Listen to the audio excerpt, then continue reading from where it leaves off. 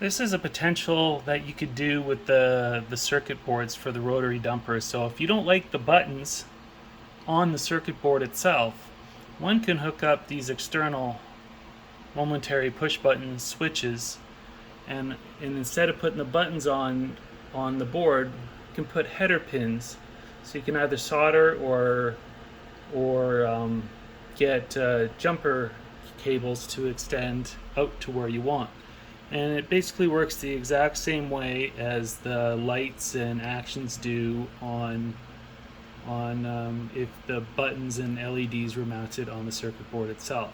When you first power it on, it needs to be homed, and it needs to have the blue light comes on to say it needs to be homed. So you would hit the green start button to home, and it'll spin until it hits this limit switch. At which point the green light comes on saying I'm ready to do a dump cycle. So you hit the green button, it starts doing a dump cycle.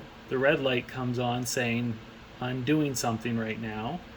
So we don't know exactly how long it's going to spin one way and then come back to the other way and wait for the limit switch to get hit. So once and it hits the limit switch, stops, and the green light comes on saying I'm ready for another dump cycle. So you hit the green start light again and emergency stop. You hit the red button,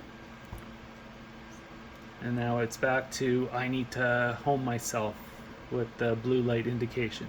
So those the blue light can be swapped out for a larger one, or it could even any kind of option you want. And right now these technically are 12 volt LED powered lights in here, but really I'm just powering it through USB, which is really 3 volts. And as you can see, they're pretty bright as they are. So when ultimately the USB is disconnected and just the 5 volt is on there, they'll be just slightly a little brighter. Anyway, these are an option. This is something you can do yourself if you want. You just need to tell me to make the circuit board in this manner with header pins instead of putting buttons on there.